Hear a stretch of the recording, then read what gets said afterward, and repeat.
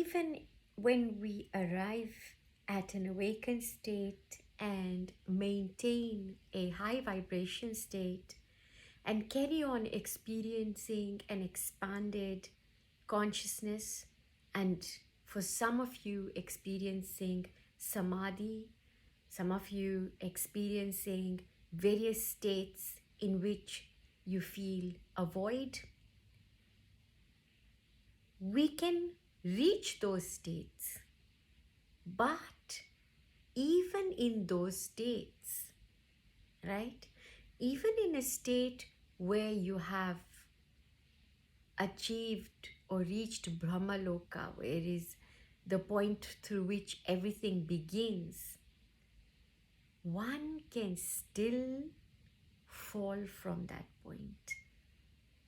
One can still fall from that point because remember, when we get to a particular stage,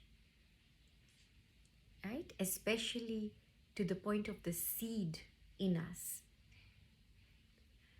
we receive a lot of gifts. This state brings a lot of what we call our siddhis. Our siddhis are the powers, the offshoots that come. So there's so many different types. One of them is to be able to materialize things.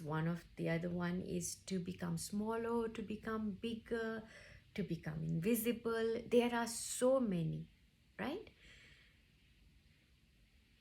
When we get to that stage, Maya will come in many forms, many forms, right?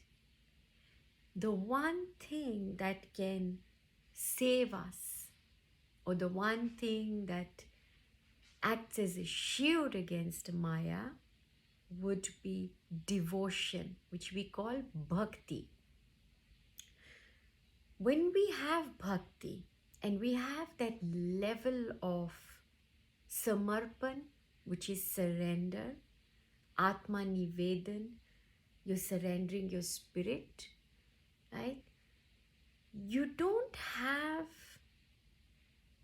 any fear. There is nothing that is going to draw you back into the illusion, back into the 3D consciousness, right? No matter what, no matter how strong the pull is to go back. And folks, this is where a check-in with yourself, moment to moment if you can, right? That level of awareness, one that is so acute, is highly vital. That level of an awareness where you can feel your mood shifts, you can feel emotions, you can feel thoughts. You know when they are yours, you know when they are not yours. And if they are not yours, you know what to do. And when we get to this level of awareness, then we can keep growing and growing and growing. But when certain powers come and they seem so attractive to us, and with this comes fame as well. That's one of the other things. Fame and fortune, they will follow you. Of course, they are going to follow you. And it's up to you in that awakened state. Are you going to pander to all this? Or are you going to remain steadfast on your path?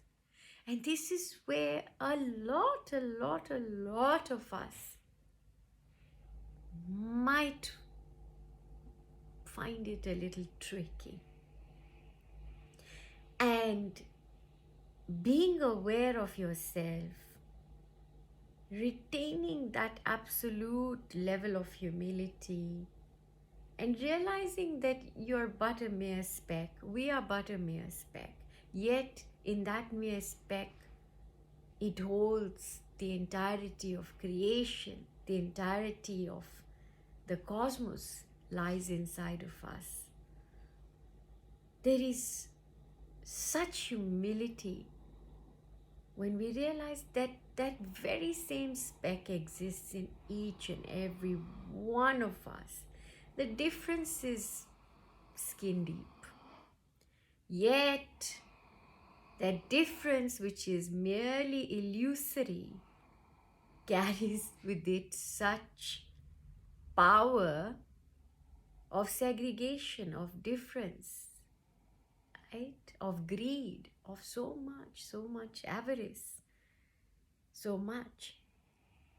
So be aware of yourself, stay focused on your path. All of this worldly honor is very temporary. It's not real. As a yogi, as a somebody who is on a different path, that's the only path that is really of any point at all. So let it be, and you just be and be aware. So much love.